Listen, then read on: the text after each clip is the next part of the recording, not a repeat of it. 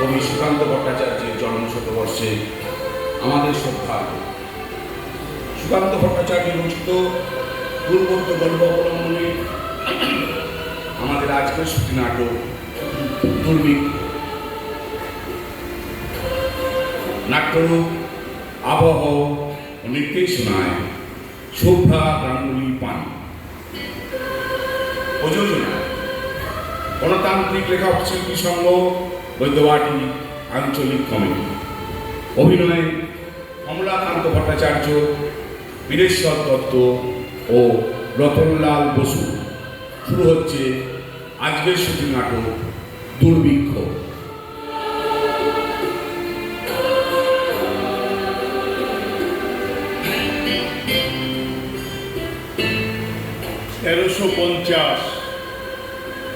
আমার সোনার দেশে অবশেষে বন্যন্তর নামে জমে ভিড় ভ্রষ্টনীর নগরে ও গ্রামে। দুর্ভিক্ষের জীবন্ত মিছিল প্রত্যেক নিরন্ন প্রাণে বয়ে আনে অনিবার্য মিল। আহার্যের অন্বেষণে প্রতিমনে আদিম আগ্রহ। রাস্তায় রাস্তায় অনেক প্রতিদিন নগ্ন সমারোহ। বুভুক্ষা বেড়েছে বাসা পথের দুপাশে। প্রত্যহ বিষাক্ত বায়ু ইতস্তত ব্যর্থ দীর্ঘশ্বাসে। মধ্যবিত্ত ধূর্ত সুখ ক্রমে ক্রমে আবরণহীন নিঃশব্দে ঘোষণা করেন দারুণ দুর্দিন। পথে পথে দলে দলে কঙ্কালের শোভাযাত্রা চলে। দুর্ভিক্ষ গুঞ্জন তোলে আতঙ্কিত অন্দর মহলে। দুয়ারে দুয়ারে ব্যগ্র উপবাসী প্রত্যাশীর দল। নিষ্ফল প্রার্থনা ক্লান্ত তীব্র ক্ষুধা অন্তিম সম্বল। রাজপথে মৃতদেহ উগ্র দিবালোকে বিস্ময় নিক্ষেপ করে অনভ্যস্ত চোখে।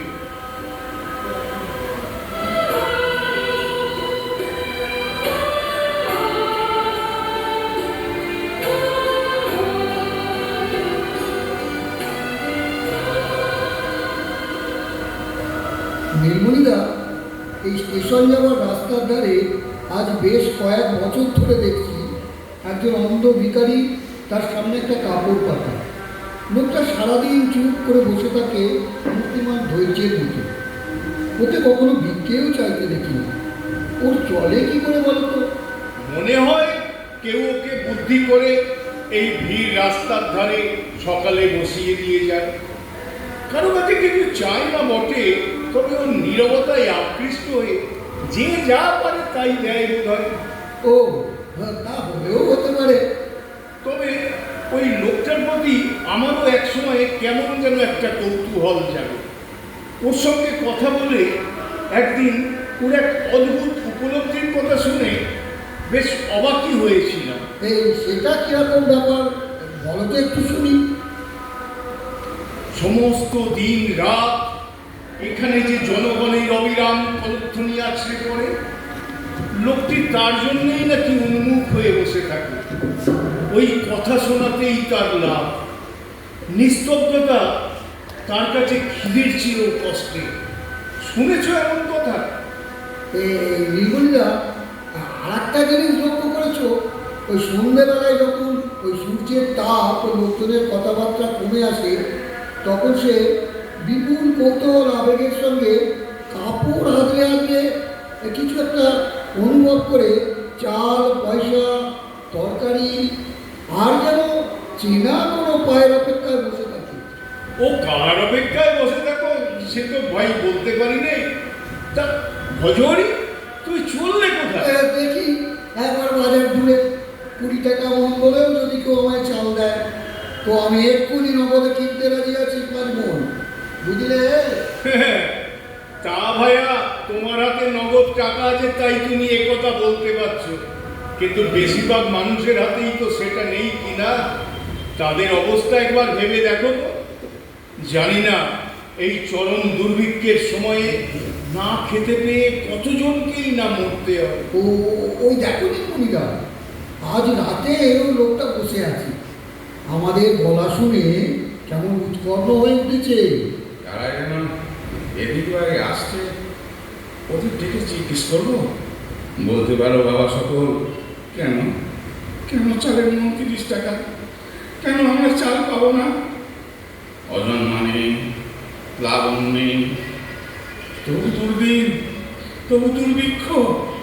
আমার সামনে মেলে ধরা কাপড় হাতে শুকনো ঝরা পাকা ছাড়া আর তো কিছুই মেলে না আজ কদিন ধরে। কেন কেন কেন তুমি তো খাবারের আশায় পথের ধারে পড়ে আছি সারাটা দিন, তুমি খাবার জুটে নাই পোড়া কপালে।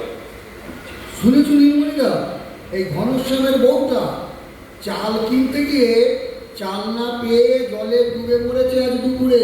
আরে ওটা তো অন্তঃসত্ত্বা ছিল শুনেছি, না জানি আর কত কি যে শুনতে হবে।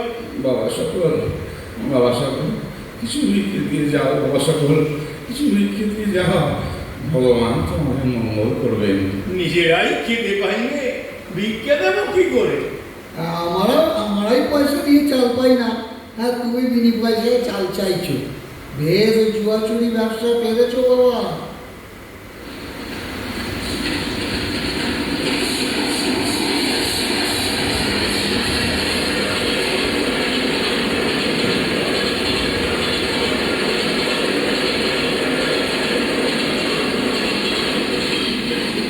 শেষ গানটাও বোধহয় চলে গেল। আর তো মানুষজনের গলা শুনতে পাচ্ছি না, মনে হচ্ছে বেশ রাত হয়ে গেছে। ওই ওই কমলি তো আজ আমাকে ঘরে নিয়ে গেল না, আজ 5 বছর হয়ে গেল। ওই তো আমাকে এখানে নিয়ে এসে বসিয়েছে, যে এমন কি কারণ ঘটেছে যার জন্য এখান থেকে আমাকে নিয়ে গেল না। এদিকে খিদের জ্বালা, পেটের নাড়ি ভুঁড়ি ছিঁড়ে যাচ্ছে, চেষ্টার চট খুঁজে উঠে গিয়ে নিয়ে আসবো, তার উপায় নেই। ভগবান আমাকে জন্মান্ত করে পাঠিয়েছে। কমলি, কমলি, আমি আর বসে থাকতে পারছি না রে, আমার দু চোখে ঘুম জড়িয়ে আসছে। কমলি, ও কমলি, কমলি, তুই কি আর, তুই কি আর, তুই কি আর?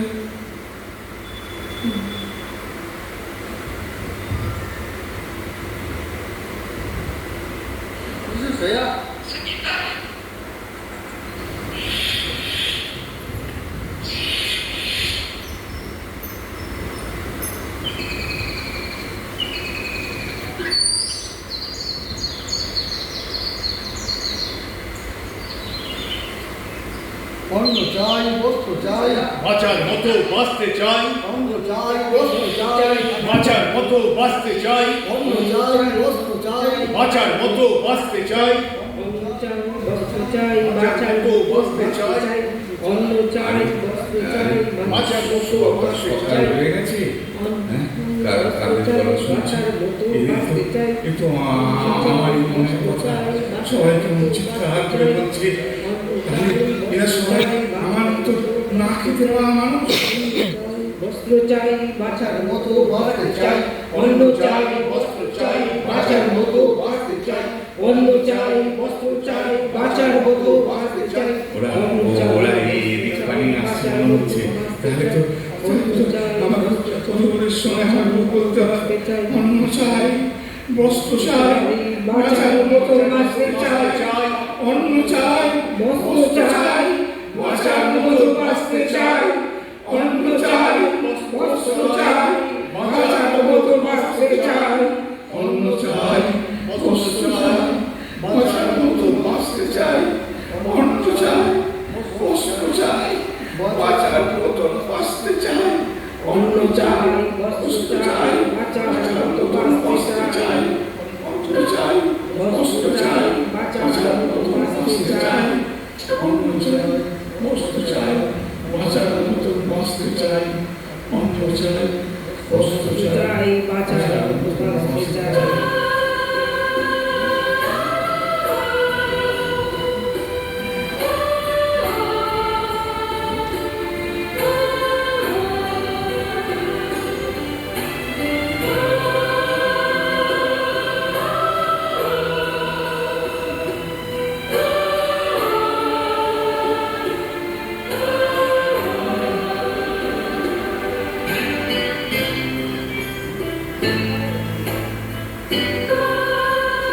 নমস্কার। গণতান্ত্রিক লেখক শিল্পী সঙ্গে নাটক দুর্ভিক্ষ এখানেই শেষ।